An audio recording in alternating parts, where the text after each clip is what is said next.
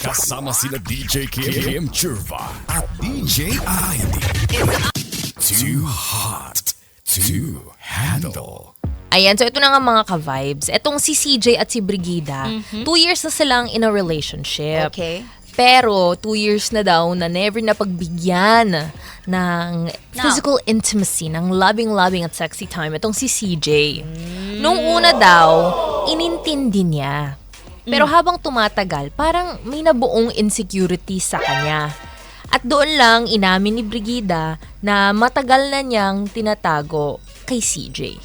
Nung bata pa daw siya, nakaranas siya ng isang napakasakit na karanasan na hanggang ngayon ay hindi pa rin niya ganap na nalalampasan. Dahil nga doon na kahit mahal na mahal niya si CJ, may mga sandaling natitrigger pa rin ang takot, anxiety, at mga alaalang matagal niyang sinusubukang kalimutan. Nag-sorry naman daw kaagad si CJ nung nagulat siya nung nalaman niya itong past ni Brigida.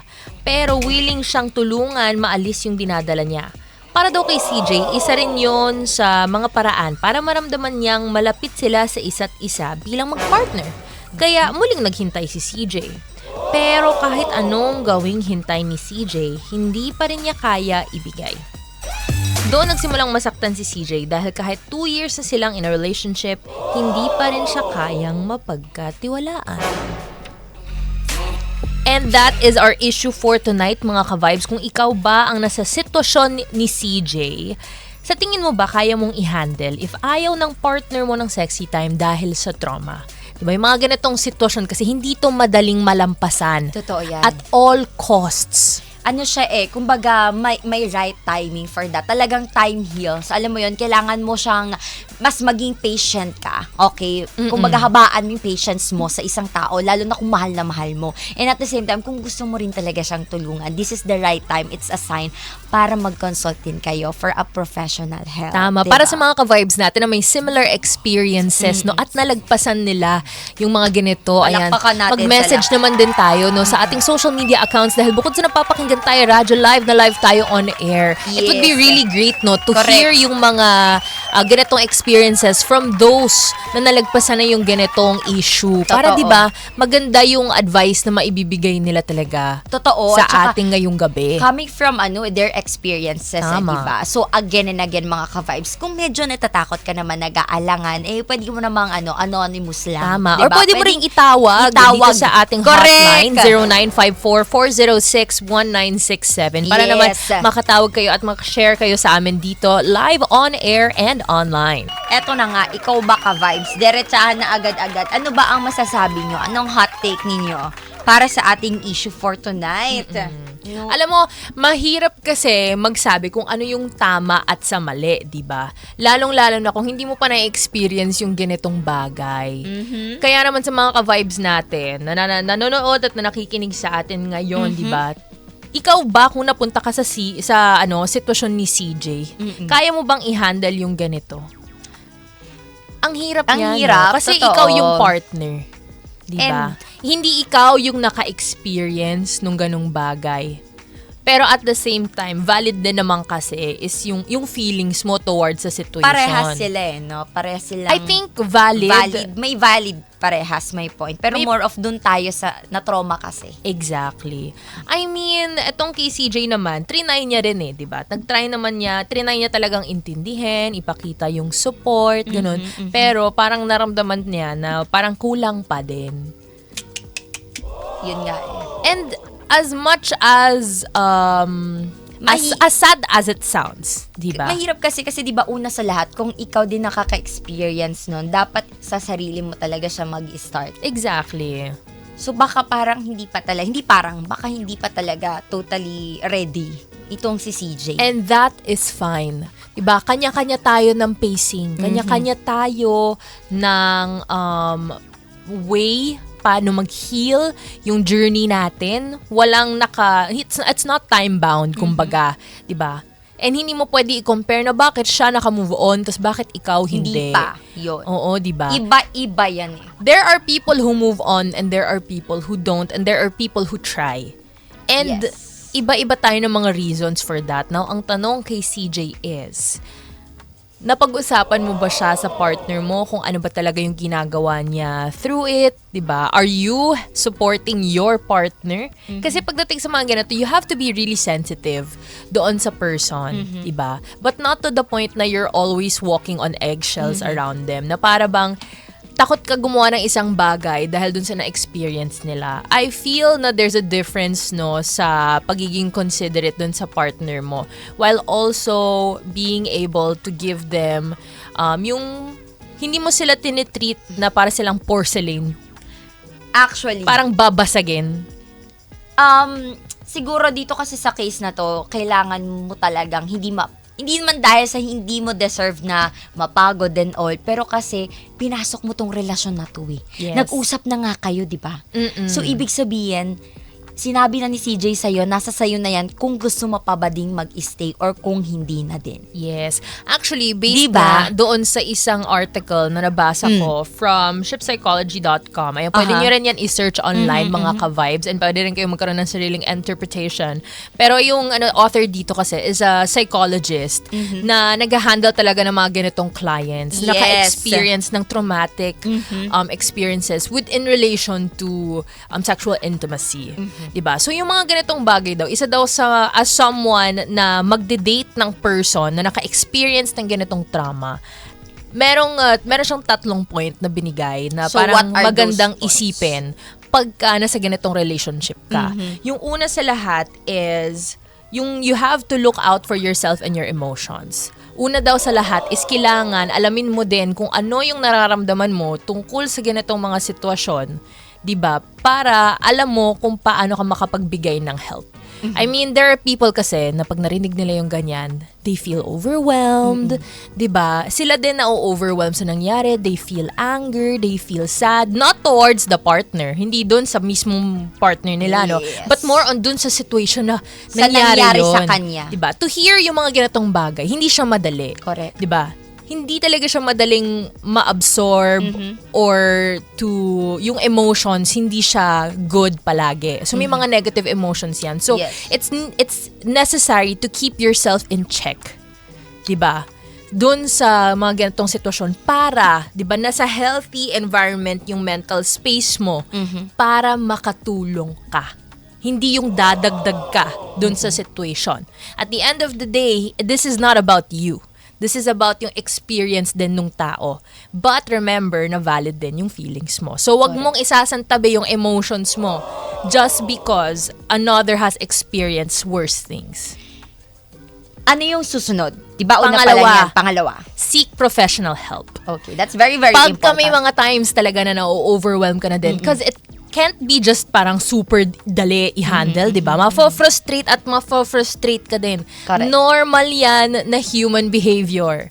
So, when comes the time na hindi mo na siya kaya i-handle, seek professional help. Always. And, bukod doon, no, Last na ba ito? hindi pa. Yung support na yung seek professional help, hindi lang sa'yo, but also dun sa partner mo. Remember that your partner's feelings are different from your own. And at the end of the day, it's best to ask for professional help. There are people na talagang pinag-aralan nila kung paano mag-heal from this, di ba? Yung may mga background pagdating sa ganitong bagay is very, very important. So, dapat kapag nag-consult kayo sa professional help, dapat by partner kayo. Hindi naman sa by partner. I mean, bukod yung consultation by yourself individually, and syempre, dapat isama mo rin yung partner mo para aware siya kung paano ka ba niya i-handle. Kung totoong mahal na mahal ka, ha? Yes. Kasi syempre, kapag sa'yo lang yan, baka pwedeng may mga mama-miss out ka na information. Tapos syempre, para ma-advise ka rin ng professional na talagang kailangan mo talagang mas maging patient sa partner mo and so on and so forth kung ano pa yung maia-advise niya nila. And yung gusto kong ipunto doon sa point na kailangan mong i-share doon sa partner mo na yung support na from professionals is because yung as much as you want to help them, 'di ba? Hindi mo job to fix them. Correct. It's not your job to fix your partner. Totoo. You're supposed to offer support. Bigyan mo sila ng support, 'di ba? Try to help them navigate, pero Yes. it's not your job. It's their job kasi sila ang Yes. nakakaramdam at sila lang ang taong makakalutas ng problema Tama. nila. Which Diba? brings me to the last point nga ni Na. Grace Blutcher, which is you are not responsible from someone's feelings. Yung feelings nila, yung actions nila because of the trauma, that is not your fault. 'Di ba? Lagi mo tatandaan 'yon. It's not about you. At the end of the day, it's their actions, it's their feelings, and it's not a reflection of you whatsoever. So, ibig sabihin nun, hindi, kunwari may nangyari na isang bagay dahil dun sa, may negative na action, may negative na nangyari dahil doon sa na-experience niya. Diba? Let's say, nagalit talaga siya ng sobra-sobra, nagwala siya and all that. That's not your fault. Diba? Yung mga trigger points nila, sa kanila yon. Huwag kang masyadong mag-guilty. Alam mo yun, huwag mo ilagay yung burden sa sarili mo na, kung hindi ko kasi to ginawa, hindi na to mangyayari. Hindi. Diba? Kasi Huwag kang hindi naman- ma-stuck doon. Hindi naman ikaw yung may kasalanan kung bakit siya nakakaramdam yun. Yes, Diba? exactly. Hindi Those ikaw yung are nanakit. just, yung mga ganyang bagay, those are reactions Reactions. from their past. And Kumbaga, that is not your responsibility. That is not your fault. Effect na siya. Okay? Consequences na talagang dinulot siya ng ibang tao. Not Yes. you. Okay? Ba kasi minsan nagpapakahero tayo. Alam mo, abot ka talaga sa point na ganyan, lalo na kung mahal na mahal mo yung tao. You will do Parang everything. hero complex. Yes, everything, anything para Oo. maging okay siya. Kasi syempre, kapag okay siya, okay ka na rin. Tama yun. Pero Diba? at lagi nating tatandaan, hindi natin responsibilidad na ayusin yung mga problema ng mga tao around us. As much as gusto mo na lahat masaya, lahat mabuti yung kalagayan, hindi yon a responsibility mo. Hindi yon something na kailangan mong gawin. 'Di ba? Lahat tayo may kanya-kanya tayong responsibility sa mga sarili natin. Yung mga issues na napagdadaanan natin, that's our responsibility to fix. At saka naiintindihan ko rin in a way dito. May mga, since nasabi mo na nga na hindi mo naman responsibility, kung nagawa mo na talaga lahat ng best mo. 'Di ba? Na-offer mo na lahat ng support na meron ka, 'di ba? Tapos talagang umabot sa point na talagang ay wala pa rin talaga. So ibig sabihin nun, that's the time for you. Baka kailangan mo na din talagang mag-take a break, 'di ba? Para hindi lumala yung sitwasyon. Ako naman, dun ako sa punto na kapag may kailangan ka na din talagang i-let go, 'di ba? Kung sa tingin mo dragging na nakakapagod na, hindi na rin talaga na-fulfill kung ano yung mga needs mo. Kasi lahat tayo may pangangailangan sa buhay. Yes. At naiintindihan din naman natin yung pangangailangan din ni CJ. Okay? Totoo yun. Meron din ikaw. Okay lang yun. Valid din naman yung nararamdaman. Ngayon, aabot lang sa punto na kapag pinipilit mo, mali na yun. Tama. Hindi mo dapat pinipilit. Exactly. Tsaka dagdag ko lang dun na pag ikaw rin naaapektuhan na, kailangan mo mag-step back. Yes. 'Di ba? You can't hindi ka pwedeng yung pati ikaw nadadamay dun Correct. sa Domino sa effect. issue, 'di ba? Kailangan mo i-take yourself out. If Diba? not out, step back ka lang muna. Correct. 'Di ba? Observe Para mo muna, monitor mo muna kung ano Exactly. mangyayari. Diba? You also have to save yourself. 'Di ba? Totoo yan. Yun yung medyo mas mahirap eh. Mahirap at masakit, Oo. lalo na kasi kung mahal na mahal mo yung tao. Siguro magandang mindset or reminder na lang I guess na hindi porket nag-step back ka, hindi mo na siya mahal. Totoo. 'Di ba? Diba? Hindi ibig sabihin na talo ka na sa laban. Hindi. Yes. And naman, kung babalik rin naman natin yung sitwasyon, di ba? Kung ikaw yung nakaka-experience ng ganitong issue or trauma, please know that you are still worthy of being loved. Okay? Hindi ka mahirap mahalin. It's just that you've had experiences na hindi ka aya-aya that turned into who you are today. Yes. Diba? totoo. And the right person will know how to love you. Regardless. Diba? Yung mga tao na mamimit mo, hindi lahat sila makakaintindi niyan. But the right person will. Yes. At kung gusto mo talagang, kumbaga may gusto kang patunayan talaga na, hindi, kailangan sa mata ng ibang tao na kayanan ko, naging malakas ako, hindi mo kailangan ng validation ng ibang tao. Especially sa part din ni CJ as partner, di ba, na nakakaramdam na rin ng bigat, no? Hindi mo kailangan magpaka-hero, okay?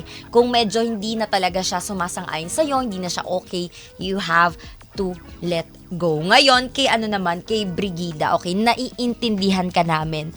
Also, hindi mo naman din talaga kasalanan, 'di ba? Wala Kumbaga pagka tinamaan tayo ng puso, 'di ba? Parang pagka tumibok yung puso natin sa isang tao, 'di ba? Parang for the go tayo.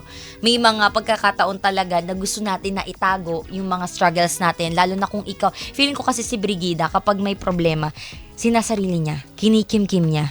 Hindi niya sinishare. Yes. 'Di ba? Kaya nga, temo, nagkaedad na siya, hindi niya man lang hinarap kaagad, 'di ba? Yung nangyari sa kanya. But it's okay kasi nga feeling mo hindi ka safe, pwede yun. Baka mamaya pag kung kani-kanino mo na lang siya kinuwento, ma-judge ka pa. May ganun kasi tayo Totoo. na no, 'di ba, na thinking na pagka sinabi ko sa kanya, baka pagalitan niya ako, i-judge niya ako sa nanay ko, sa tatay ko. Kaya po sa mga parents din out there, kapag nagsalita po yung anak ninyo regarding dito sa kanilang experience, pakinggan po natin sila. And tayo, don't make it natin about sila. yourself. Hindi to about sa'yo, tita Oo. or tito, ha? Baka naman kasi, di ba, yung iba dyan nagagalit pa. Yun nga Dun sa bata or dun sa tao. Ano ba yung pinagsasabi mo na, Oo. di ba? So, masakit siya coming from you pa, guys, okay? Kayo pa na magulang, di ba, na una dapat iintindi sa anak. So, pwede kasing depende rin sa environment na kinalakihan ni Brigida. So, I'm so sorry, Brigida, if you have this kind of environment. Oo, hindi mo na deserve yun. Hindi mo deserve, yung parang feeling mo unsafe ka. Di ba? Parang I think as someone din na yung mga ganitong nangyayari, no, you wish to have people around you na you can talk to for share. support, na hindi ka i-judge, yung going safe space. I think Correct. lahat tayo individually, no, let's make it a safe space for everyone, each and Correct. everyone. Kasi at the end of the day, hindi mo alam kung anong pinagdadaanan ng isang tao. She can be or he can be like in front of you, ngiti-ngiti lang, tatawa-tawa lang, pero may mga pinagdadaanan. And this goes to all of us. All Diba? of Lahat us tayo talaga. may pinagdadaanan. Lahat tayo may traumang dala.